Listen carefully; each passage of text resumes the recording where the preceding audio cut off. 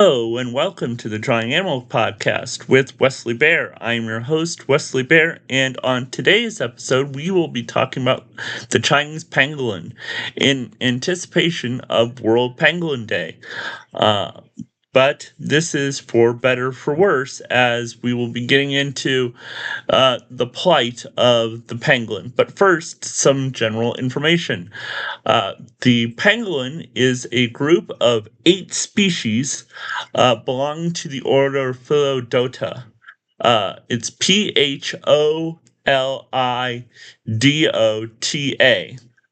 Within this group are, again, as I said, 8 species, 4 which can be found in Asia and another 4 in Africa.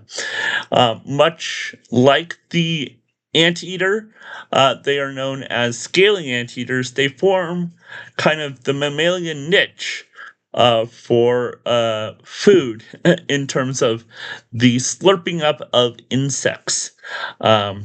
Through the use of long claws and busting open termite mounds. So, very much the same kind of lifestyle environment as giant anteaters or aardvarks. They will usually be mostly nocturnal, using an underground burrow that they can either borrow or dig out themselves with those 3 heavy long claws. The Cantonese word actually for pangolin, basically mammal who digs through the mountain, basically.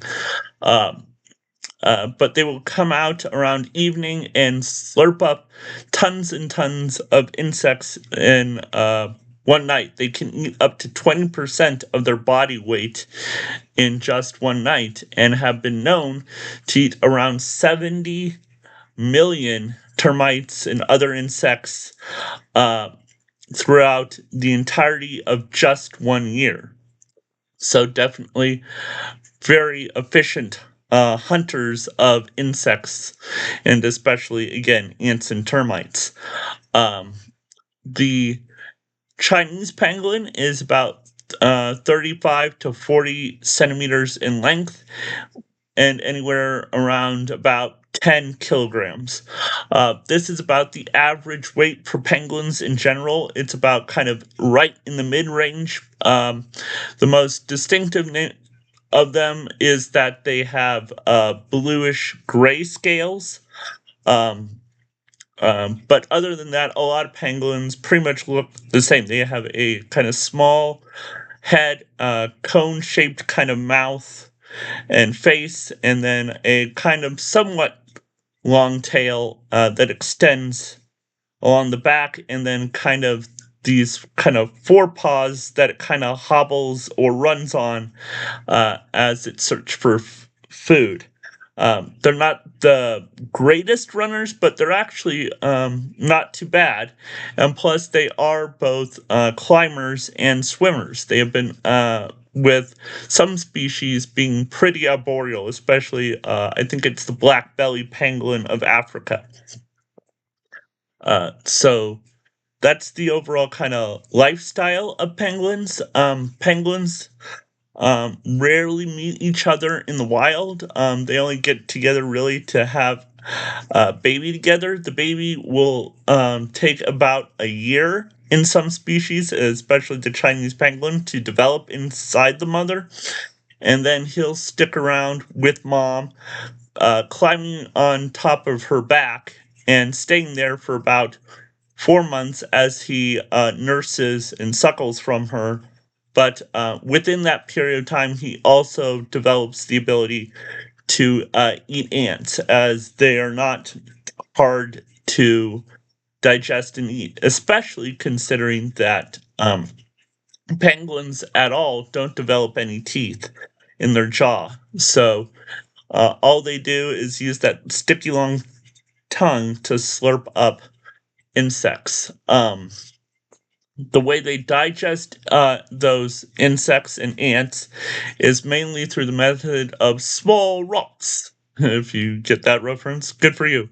But small rocks that they ingest along with the insects and termites, which proves to be quite useful as it acts as another mechanism to really grind up those ants into really a liquid form that they can easily digest.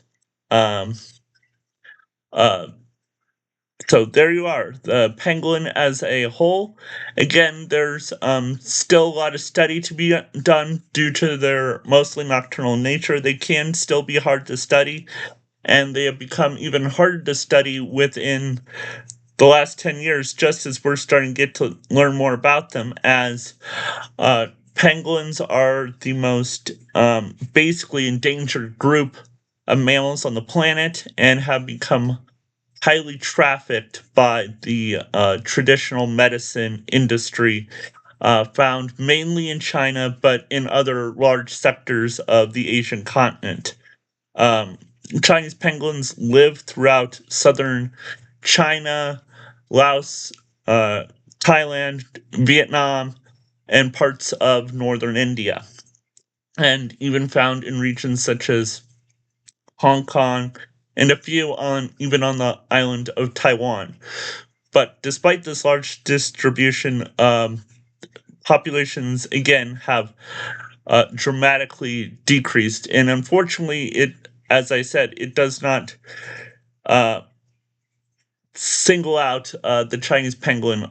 The Asia market, in order to supply the need, has gone outside of Asia and into Africa as well. So uh, even the African pangolins are not safe from this Asian market.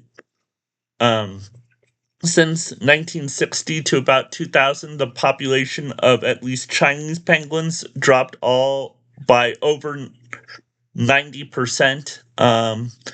And so they are still highly trafficked, and it's looking like within the next 20 years or so, the population might even drop another 80, 90%, just depending on what can be done.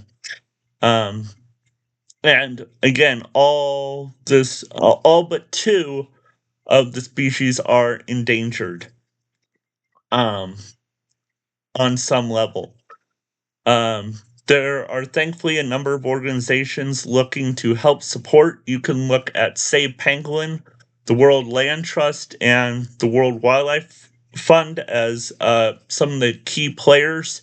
Thankfully, there are also more and more efforts, such as through Brooklyn Zoo, Brookfield, not Brooklyn, Brookfield Zoo in Chicago, that are looking to breed the species in captivity. And there have been, thankfully, quite a few successful births in the last 3, 4 years or so.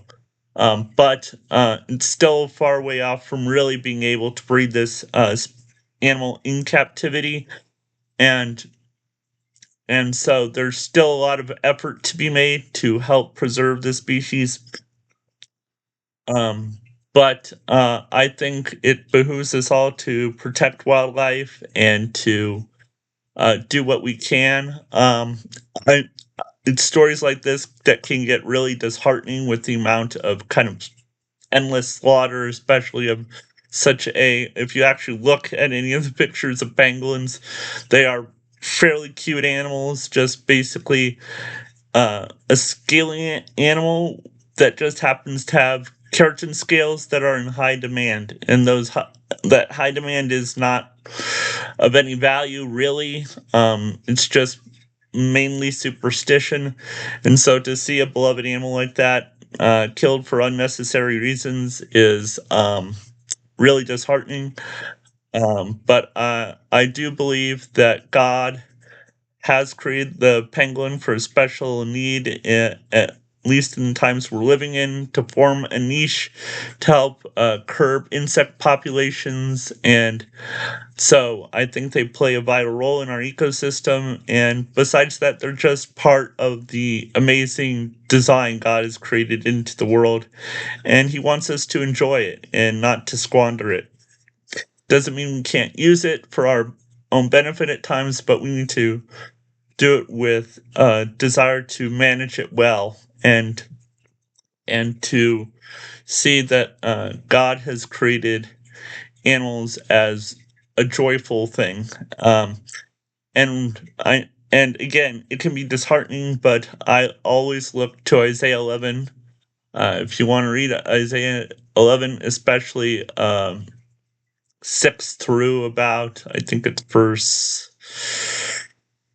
11 or 12, where basically we can look forward to all things being new. And I think penguins will have a place in the new creation when Christ returns to reclaim his kingdom. I don't think that we not fear, and I think we'll even see a lot of the world that was been lost either through just disease, destruction, just with the fallen nature, or just because of the mismanagement of humans. I think we're going to see so many things and so many beautiful things we didn't even get to see throughout the majority of human history.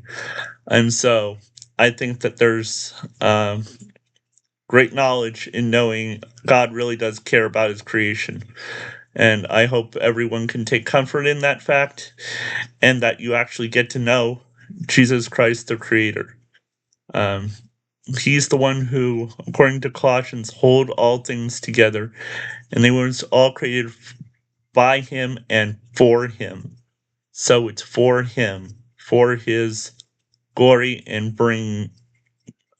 taking joy in what he has created, so we can truly know him and know that even more than creation, he loves each one of his image bearers as human beings, and that we are to model him in the way we take care of the world around us, whether it be the natural or human world. And of course, we've done a pretty bad job of it, but I but we should seek to model his son, Jesus Christ, the Creator, and everything we do, whether it be the work we do with others, the art we create, whatever it is, whatever I'm doing, I hope to model him. So I hope you can take comfort in the fact, and that's the reminder I wanted to have on World Pangolin Day, that a lot of it seems bleak, but Jesus Christ is Lord of all.